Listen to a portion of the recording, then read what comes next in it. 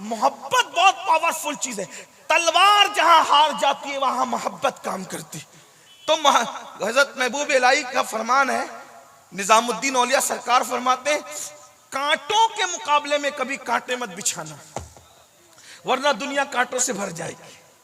कांटे बिछा के सुकून नहीं मिलता, कांटे उठा के सुकून मिलता है। आज आप कहते हो ना मौलाना सब है सुकून नहीं है, क्यों? सब है, एसी है सुकून नहीं, पंखे है सुकून नहीं, अच्छा खाना है सुकून नहीं, मुर्ग मुसल्लम मुरग्गन ग़िज़ा सुकून नहीं, अच्छे कपड़े सुकून नहीं, अच्छा मकान है सुकून नहीं, अच्छी दुकान है सुकून नहीं, अच्छा कारोबार है सुकून नहीं, औलाद है सुकून नहीं, बीवी है सुकून नहीं, माँ बाप है सुकून नहीं। कहते हो सब कुछ है सुकून नहीं। नादान, सुकून नरम बिस्तरों से नहीं मिलता, दूसरों को सुकून अता करो, तुम्हें खुद सुकून की दौलत नसीब हो जाए। आज तुम्हारे ज़मीर इसीलिए बेकरार है कि तुमने प्यार देना छोड़ दिया, तुमने मोहब्बत देना छोड़ दिया। अरे मेरे अजीज, कुत्ते को रोटी दो तो इतना सुकून मिलता है, माँ बाप की खिदमत करने पे कितना मिलेगा? सोचो, दरख्तों को पानी देने पे इतना सुकून मिलता है, किसी मुसलमान की खिदमत करने पे कितना सुकून मिलेगा? तो मैं जो नुस्खा पेश करने चला था, मैंने कहा था जल्दी खत्म कर दूंगा, मैं वाकई समेटूंगा, फैलाऊंगा नहीं। सास बहू का झगड़ा कैसे खत्म? बड़ा मसला है। मसला है कश्मीर इतना बड़ा नहीं है जितना घर घर का ये झगड़े हैं, लेकिन बहुत आसान है। हम लोगों के पास तो सब आसान है। कहते हैं बहनें, नौजवान बहनें गौर से सुने, मैं उनकी मजबूरियां जानता हूं। अक्कड़ दिमाग और खड़ दिमाग बुढ़ियां यकीन जाने ऐसी बकबक पीछे लगाती है कि जल्दी जवानों से हजम नहीं होता। अगर बूढ़ी अम्मी मौजूद है तो माफ करना, खाना खा के भी कहेंगी कि मुझे खिलाया नहीं। बुढ़ापे में दिमाग ही बच्चों की तरह हो जाता है, तो नौजवान उसको जल्दी जब वो बर्दाश्त नहीं कर पाते। लेकिन याद रखें, इतना सोचते हैं कि मैंने भी बूढ़ी होना है बस। आपसे भी कहता हूं, आपने भी सोचते हैं जब माँ बाप बकबक करे तो सोचते हैं कि हमने भी बूढ़ा होना है। और याद रखना, बूढ़ों की बड़ी बरकत है। जिस घर में बूढ़े होते हैं उस घर में रहमतें नाजिल होती। बूढ़ों के कदमों में बरकत है। ये बुढ़े लोग बहुत कीमती है। बल्कि अल्लाह फरमाता है जिनकी दाढ़ी इस्लाम में सफेद हो जाए, मैं उनकी दुआ को रद्द नहीं करता, उनकी दुआ को रद्द करने में हया करता हूं। जब इंसान बुढ़ा हो जाता है तो अल्लाह फरिश्तों से कहता है इसके गुनाह मत लिखा करो। अल्लाह ताला बुढ़ों से मोहब्बत करता है। बुढ़े लोग बहुत अच्छे हों, लेकिन बहरहाल अब वो हो जाता है मसला। एक लड़की थी, उसकी शादी हुई। एक लड़की थी, उसकी शादी हुई।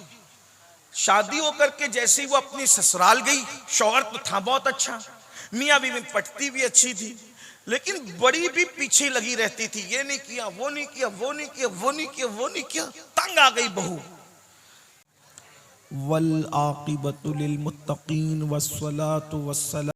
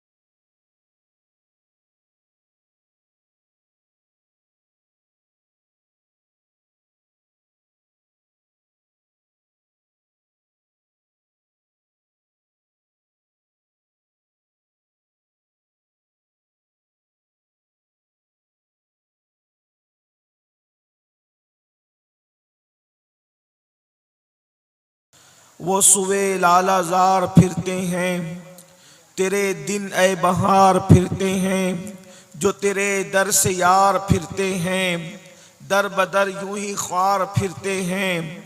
उस गली का गदा हूँ मैं जिसमें, उस गली का गदा हूँ मैं जिसमें मांगते ताजदार फिरते हैं। फूल क्या देखो मेरी आंखों में, दश्ते तैबा के खार फिरते हैं। जान है जान क्या नजर आए, क्यों अदू गिरदे गार फिरते हैं। रखिए जैसे हैं खाना ज़ाद हैं हम, मोल के ऐबदार फिरते हैं। और आह कल ऐश तो किए हमने, आज वो बेकरार फिरते हैं। हाय गाफिल वो क्या जगह है जहाँ, 5 जाते हैं 4 फिरते हैं। और कोई क्यों पूछे तेरी बात रजा, तुझसे कितने हजार फिरते हैं। आज की ये महफिल फैज़ाने ताजुश शरीआ कॉन्फ्रेंस के हवाले से इस्लाहे अकायद व आमाल से मुताल्लिक इनेकाद पजीर है।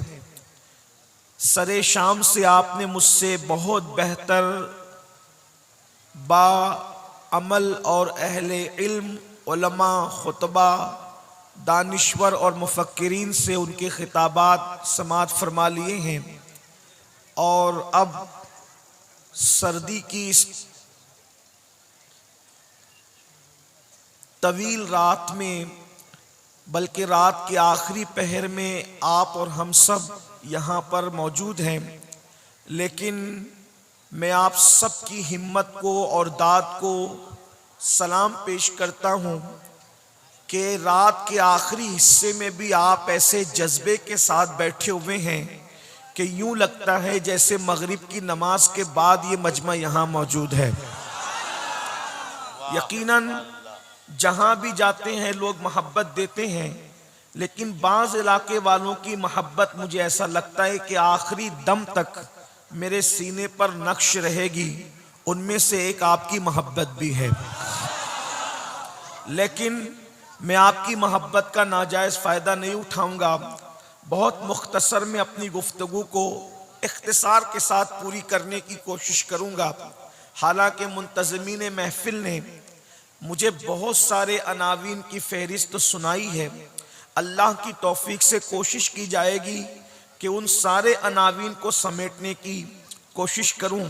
अल्लाह रब्बुल इज़्ज़त की बारगाह में दुआ करता हूं कि अल्लाह तबारक व ताला जिन्होंने इस महफिल को सजाया, कमेटी के तमाम अरकान, कारकुनान, यहाँ के उलमाए किराम, इमाम मसाजिद, और जिन लोगों ने भी जिस तरह से इस महफिल में सजाने में जिस तरह की भी कोशिश की, वो यहाँ मौजूद हैं या नहीं मौजूद है, अल्लाह ताला सबको अपनी शान के मुताबिक बेहतर सिलाता फरमाए। और आया करीमा के जिस हिस्से की तिलावत की गई है, अल्लाह तबारक व ताला उसके मुतालिक मुझे हक कहने और आप सबको हक सुनकर उस पर अमल करने और उसे आम करने की तौफीक अता फरमाए। बहुत जल्दी से बगैर किसी तमहीद के या बहुत मुख्तसर तमहीद के साथ कुछ गुफ्तगू पेश करना चाहता हूँ। बहुत तवज्जो से आप सुने और मुख्तसर ही बात होगी, लेकिन आप आखिर तक मेरे साथ रहें तो बड़ी नवाजिशात आपकी। मेरे आका सल्लल्लाहु अलैहि वसल्लम के दीवानों, इस वक्त तो पूरे हिंदुस्तान में इस्लाही मुआशरा के जलसे शबाब पर है। कोई खित्ता हो, कोई इलाका हो, कोई सूबा हो, कोई रियासत हो, हर जगह एक आवाज़ है मुआशरे की इस्लाह, मुआशरे की इस्लाह। और जितने इस्लाही मुआशरा के जलसे हो रहे हैं, जितनी महफिलें हो रही हैं, जितने खुतबा और उलमा की मेहनत हो रही है, उससे ज़्यादा जराइम बढ़ते जा रहे हैं। सुधरने वालों की तादाद कम है, बिगड़ने वालों की तादाद ज़्यादा है, सुनने वालों की तादाद ज़्यादा है, अमल करने वालों की तादाद कम है। अल्लाह अकबर। लाखों करोड़ों रुपये रोजाना इस्लाही माशरा के जलसे पे खर्च तो हो रहे हैं, लेकिन जिंदगियां नहीं बदल रही है। जिंदगियों में जैसा इंकलाब आना चाहिए वैसा इंकलाब नहीं आ रहा है। हर दिन गुनाह नित नए अंदाज से हमारे दरवाजों पे सिर्फ दस्तक नहीं दे रहे हैं, बल्कि हमारे घरों में घुस चुके हैं। वो कौन सा गुनाह है जो मुस्लिम माशरे में मौजूद नहीं? रोना रोते रहिए, रातें गुजर जाएं, लेकिन बात कभी खत्म ना हो। मिसाल के तौर पर बेनमाजीपन का जुर्म अगर देखें हमारे माशरे में मौजूद है, जाहिलों की बड़ी तादाद देखें हमारे माशरे में मौजूद है, औरतों की बेपर्दगी का मामला देखें हमारे माशरे में मौजूद है, चोरियों का मामला देखें हमारे माशरे में मौजूद है। मुसलमानों, हद तो ये है कि जुमा के दिन मस्जिदों के अंदर चप्पल तक चोरी होते हैं। अंदाजा करें, जो कौम जुमा की नमाज में चप्पल चोरी करे उस कौम की हालत क्या है, सोचो तो सही। उस कौम की कैफियत क्या है, उस कौम के मामलात क्या है। चोरों का मामला हो, नाखानदगी का मामला हो, इसी तरीके से औरतों के हवाले से बदनिगाही का मामला हो, जिना को देखें, शराब को देखें, कत्ल को देखें, जुल्म और ज्यादती को देखें, एक गुनाहों का तूफान है। लेकिन इन सारे गुनाहों का खात्मे के लिए गुनाह इंसान क्यों करता है, इंसान गुनाह क्यों कर रहा है, गुनाह करने की वजह क्या है? तो मुझे जो बात समझ में आती है वो ये है, शायद इंसान ये भूल गया कि वो दुनिया के अंदर हमेशा रहने के लिए नहीं आया। इंसान इसको भूल चुका है, इंसान इसको फरामोश कर चुका है। आइए थोड़ी देर, आपने अब तक यकीनन बड़े खुतबा के खिताब सुने हैं, लेकिन मेरी कौम के जो दानिश्वरों ने शायद मेरा इम्तिहान लिया है। मैं कोई खतीब नहीं हूँ, सिर्फ अपने दिल के दर्द के जज्बात को आपके दिलों के दरवाजे पे उंडेलना चाहता हूँ। और याद रखना, हम मायूस नहीं हैं, हम अल्हम्दुलिल्लाह हम ईमान वाली कौम रखते हैं और कुरान ने जमानत दी है, वज़क्किर फ़इन्न ज़िक्रा तनफ़उल मुमिनीन, के मोमिनों को नसीहत करो कि नसीहत से मोमिनों को फायदा पहुंचता है। नहीं इकबाल मायूस अपनी किश्ते वीरा से जरा नम हो तो ये मट्टी बड़ी जरखेज है साकी, लेकिन ये मट्टी जरखेज कब है? इकबाल ने इसीलिए तो रोना रोया, निगाह मताए दीन और दानिश लुट गई अल्लाह वालों की, मताए दीन और दानिश लुट गई अल्लाह वालों की। ये किस काफिर अदा का गमज़े खुरेज है साकी। अल्लाह अकबर। जब अल्लाह वालों की मता लुट जाती है तो हालात यही होते हैं। हम गुनाह क्यों कर रहे हैं? अल्लाह अकबर। लोगों के सामने नेक बनने वाले, लोगों के सामने मुत्तकी बनने वाले, लोगों के सामने परहेजगार बनने वाले, सोचो तो सही, सीसीटीवी कैमरे की जद में इंसान हो तो खाया हुआ गुटखा भी नहीं थूकता। अगर लोग देख रहे हो तो आदमी बड़ा लुकमा भी मुंह में नहीं डालता। और अल्लाह देख रहा है और इंसान जिना कर रहा है, अल्लाह देख रहा है, इंसान शराब पी रहा है, अल्लाह देख रहा है, इंसान चोरी कर रहा है, अल्लाह देख रहा है, इंसान किसी का हक गसब कर रहा है, अल्लाह देख रहा है, रिश्तेदारों के साथ जुल्म हो रहा है, अल्लाह देख रहा है, बीवी पे जुल्म हो रहा है। वजह शायद इंसान ये भूल गया कि मुझे मरना है, मुझे मौत आनी है, इंसान भूल गया।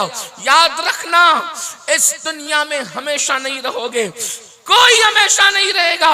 कुरान कहता है कुल्लु मन अलैहा फान, सब फना हो जाएंगे, वयबका वजहु रब्बिका जुल जलाली वल इकराम, अल्लाह की जात के अलावा कोई बाकी नहीं रहेगा।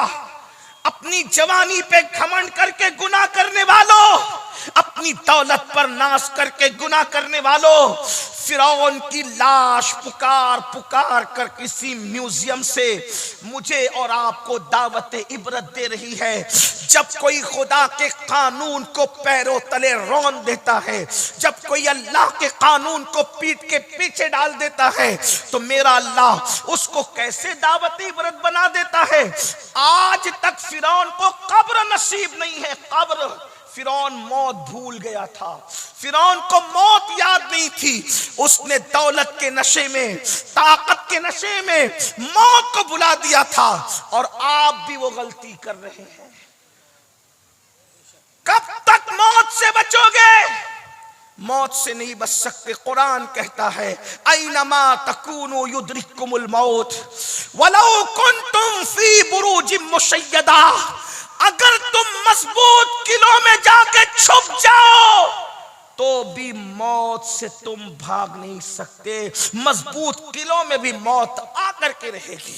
अपनी बहनों से भी कहता हूं मौत आएगी, मौत को मत भूलो। और मरने के बाद अपनी कब्र में अकेले जाना है। न वहां किसी की दादागिरी चलेगी, न किसी की बाबागिरी चलेगी, न गुंडागर्दी चलेगी, न बाबा कोई दादागिरी बाबागिरी नहीं है वहां।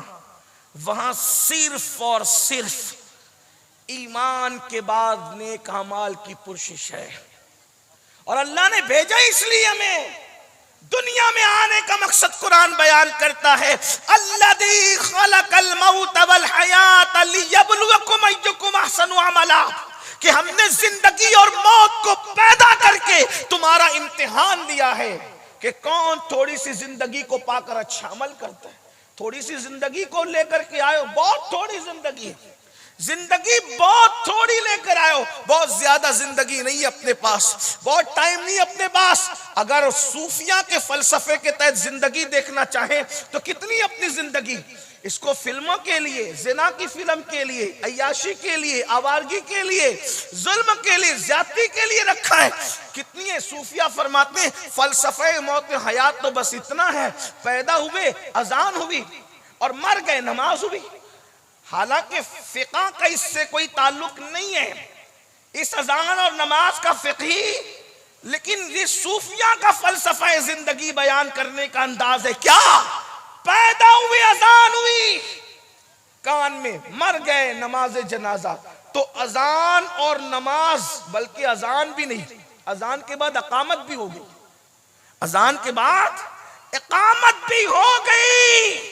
और इकामत और जमात में जितना वक्फा होता है बस इतनी अपनी जिंदगी। कितनी जिंदगी है?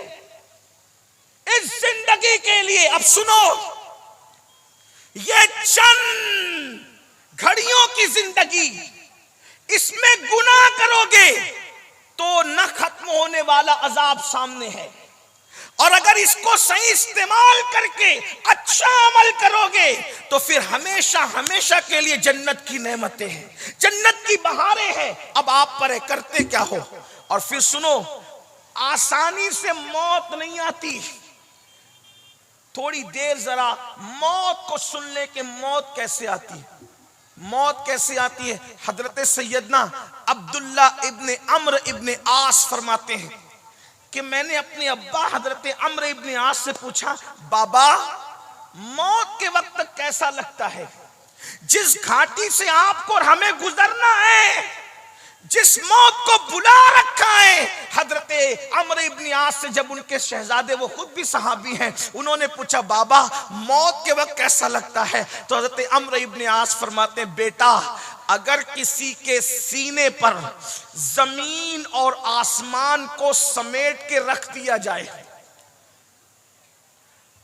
फकीह अबुल्लाह समरकंदी अपनी किताब में लिख रहे हैं, मैं अपनी बहनों से कहता हूं, बेपर्दगी के साथ किसी मर्द के सामने आने से पहले इस हदीस पे गौर करना।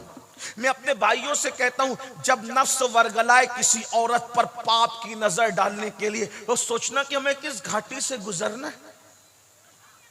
रिश्तेदारों पे जुल्म करने से पहले सोचो किस घाटी से गुजरना है।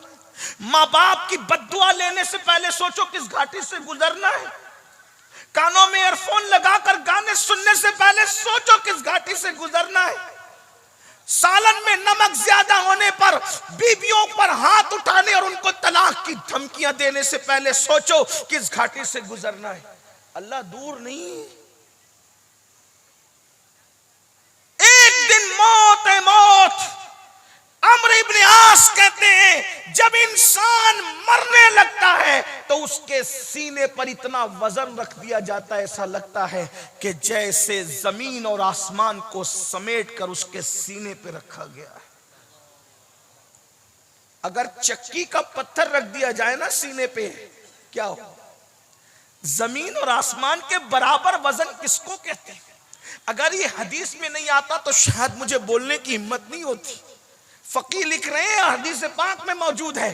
थोड़ी देर के लिए तसव्वुर करो किस घाटी से गुजरना, किस मकाम से गुजरना है। बड़ी माजरत के साथ मेरे जवानों, ये शायरी की दुनिया अलग है और हदीसों की दुनिया अलग है। शायरी में आदमी जो कह दे, मौत के वक्त जो होगा देखा जाएगा। ये सहाबा कह रहे हैं, अरे चक्की का पत्थर सीने पे अगर कोई बीमारी के वक्त रख दिया जाए तो हमारा क्या बनेगा। मौत के वक्त जमीन और आसमान के बराबर वजन सीने पे रखा जाता है, क्या बनेगा आपको?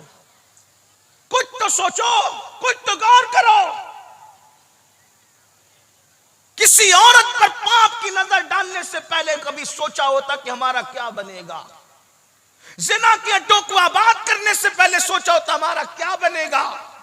लुक्मा हराम खाने से पहले सोचा होता हमारा क्या बनेगा? ताश के पत्ते और जुआ खेलने से पहले सोचा होता मौत के वक्त जब उस घाटी से गुजरेंगे क्या बनेगा। वो मौत जब जमीन और आसमान के बराबर वजन सीने पे रखा होता है, क्या होगा उन लोगों। और ये बात मैं आपको बताऊं, ये जो हदीस बयान हो रही ना, इसमें नेक और गुनहगार का भी फर्क नहीं है। यानी मुतलकन मौत के वक्त जो दुनिया से जाता है उसको हर एक को गुजरना पड़ता है। फिर ये और बात है कि अल्लाह रसूल का करम अगर हो जाए, हुजूर जलवा फरमा अगर हो जाए, तो फिर आदमी के लिए उस मौत की तकलीफ हल्की हो जाती है। लेकिन अगर हुजूर नजरें फेर लें तो फिर मौत से बड़ा अजाब क्या है। बात की मंजिलें तो बहुत है, लेकिन मौत खुद बहुत बड़ा अजाब है अगर हुजूर नजरें फेर ले।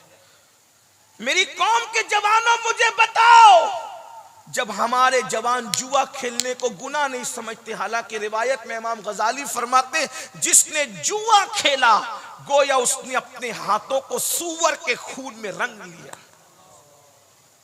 ये उलमाए किराम मौजूद हैं, मशाइख मौजूद हैं, आप जो है इनसे मुसाफा करते हैं, हाथ चूमते, कितना शरफ आप पाते हैं कि चलो बुजुर्गों से मुसाफा करें, उलमा से मुसाफा करें। आपको पूछता हूं, अगर हाथ में कीचड़ भरा हुआ हो, हाथ में कीचड़ लगा हुआ हो, तो आप आलिम से मुसाफा नहीं कर सकते, पीर से मुसाफा नहीं कर सकते। जब क़यामत के दिन जुआ खेलने की वजह से तुम्हारे हाथ सूअर के, खिंजीर के खून में रंगे होंगे, तो क्या रसूलुल्लाह से मुसाफा कर सकोगे? हुजूर अलैहिस्सलाम के हाथों में हाथ देने की हिम्मत हो सकेगी? अल्लाह अकबर। तो हजरत सैयदना अम्र इब्ने आस रज़ी अल्लाह ताला अन्हु इरशाद फरमाते हैं कि जमीन और आसमान इंसान के सीने पे समेट के रख दिए जाएं तो जितनी तकलीफ होती है उतनी तकलीफ इंसान उससे ज्यादा महसूस करता है कि मौत के वक्त उसके सीने पर इतना वजन दे दिया गया है। उसी पर बस नहीं, हजरत सैयदना अम्र इब्ने आस मजीद इरशाद फरमाते हैं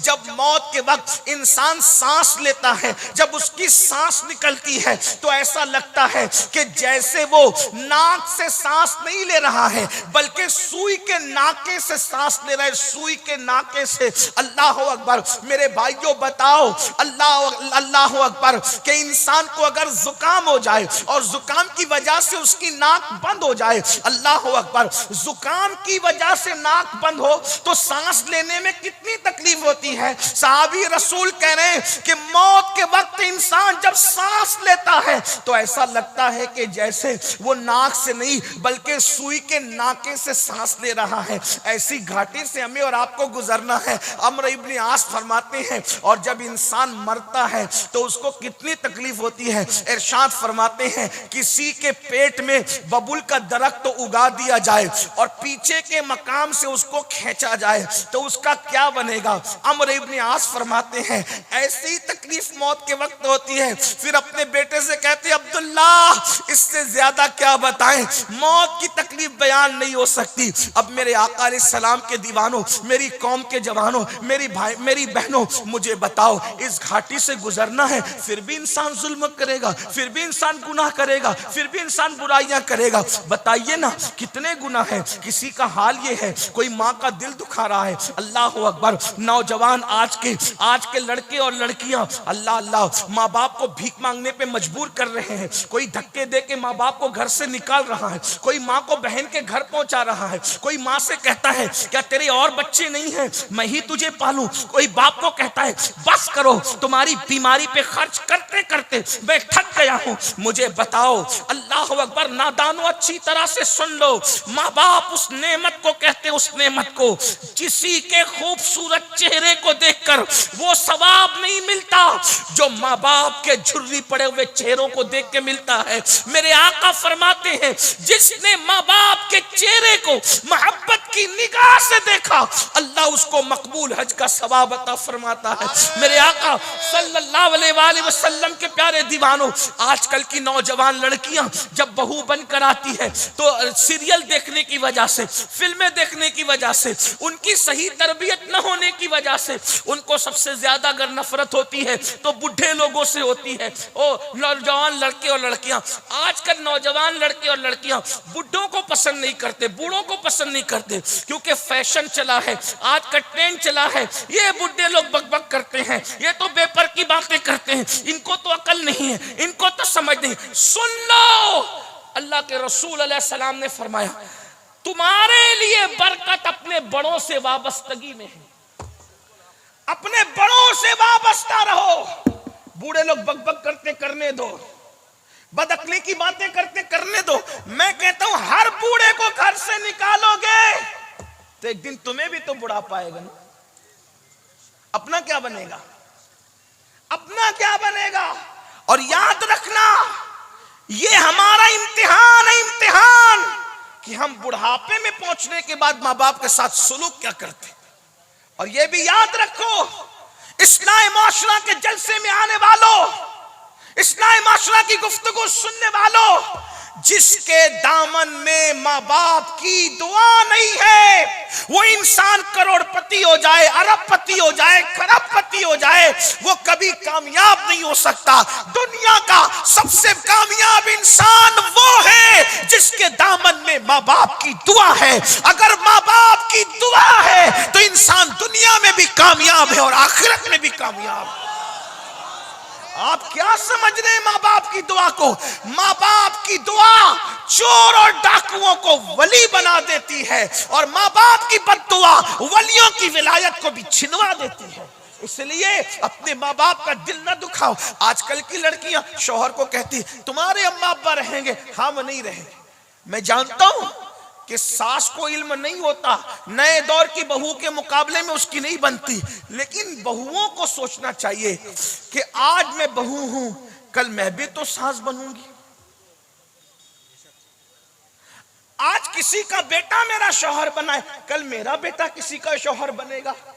और एक बात ये याद रखना, अल्लाह के रसूल ने फरमाया कमा तदीनु तुदान, कमा तदीनु तुदान, तुम जैसा करोगे तुम्हारे साथ वैसा ही किया जाएगा। अगर तुमने किसी का बेटा छीनकर किसी औरत को वीरान किया, तुम्हारा एक नहीं दो छीना जाएगा। जितना तुम किसी को सताओगी उससे ज्यादा कोई तुम्हें सताएगा। सास बहू के झगड़े आज घर घर है और हर बहू चाहती है कि मेरी सास ससुर मेरे साथ रहे, मैं आराम से रहूं। मेरी बहन आज तो किसी की माँ को किसी के बेटे से दूर करेगी, जुदाई पैदा करेगी, अल्लाह कयामत के दिन तुझे सजा देगा, लेकिन उससे पहले दुनिया में तेरी गोद खाली होगी मेरी बहन। मैं बतौर बद्दुआ नहीं कह रहा हूं, आगाह करने के लिए कह रहा हूं। याद रखना, अल्लाह के रसूल ने बोला कमा तदीनु तुदान, तुम जैसा करोगे तुम्हारे साथ वैसा किया जाएगा। और जब आज तुम किसी को दुख दोगी सास की शक्ल में, कल तुम्हारी बहुएं भी तुम्हें दुख दे। खिदमत करो उनकी, वो बकबक करती है तो बर्दाश्त कर लो मां समझकर। आइए चलिए एक मैं नुस्खा पेश कर दूं, सास बहू का झगड़ा खत्म कैसे हो। बहुत आसान नुस्खा मेरे पास, बहुत आसान। उसमें पहले एक वाकया बताऊंगा, आपको समझ में आएगा नुस्खा क्या है, तवज्जो करना। लेकिन बहनों से कहता हूं अपने शौहर को उसकी मां से अलग मत करो, क्योंकि तुम्हारी जन्नत तुम्हारा शौहर है और तुम्हारे शौहर की जन्नत उसके माँ बाप है। वो बीवी कभी भी अक्लमंद नहीं है जो अपने शौहर को अपने माँ बाप से अलग करे। अपने शौहर को जहन्नमी मत बनाओ, मत बनाओ जहन्नमी। ये चंद दिन है, गुजार लो। और एक बात याद रखना, शौहर बीवी जो वो सास बक बक करती है, तकलीफ देती है, मुसीबत देती है, आप उससे प्यार करो। देखो, सबसे प्यार करना सीखो। मैं आपसे भी कहता हूं, मोहब्बत करना सीखो। अल्लाह के रसूल सल्लल्लाहु अलैहि वसल्लम ने फरमाया, मेरे अल्लाह ने मेरी तरबियत की और मुझे अखलाक सिखाए। क्या अखलाक सिखाए? आका फरमाते, मेरे अल्लाह ने मुझे 3 बातें सिखाई। जो तुमसे दूर भागे तुम उसके करीब जाओ। ये सिर्फ सांस के लिए नहीं है, हर मुसलमान इस 3 बात को गौर से सुने। आका फरमाते, जो तुमसे दूर भागे तुम उसके करीब जाओ। रिश्तेदार दूर भागते करीब जाओ, चचा ताया दूर भागते करीब जाओ, दोस्तों दूर भागते करीब जाओ।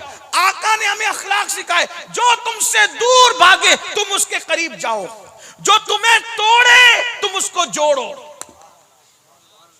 तोड़ने का मुकाबला तोड़ने से नहीं करो, जो तुम्हें तोड़े तुम उसको जोड़ो, और फिर जो तुमको महरूम करे तुम उसको अता करो। 3 बातें अपने अंदर पैदा करो, उसकी बरकत देखना। याद रखना मेरे भाइयों और मेरी बहनों, जब भी नफरतों में और मोहब्बतों में जंग होती है, नफरत हमेशा हार जाती है, जीत हमेशा मोहब्बत की होती है। नफरत के मुकाबले में कभी नफरत मत बांटो, नफरत के मुकाबले में मोहब्बत देना सीखो। अहले नफरत हार जाएंगे, अहले मोहब्बत जीत जाएंगे। नहीं जानते?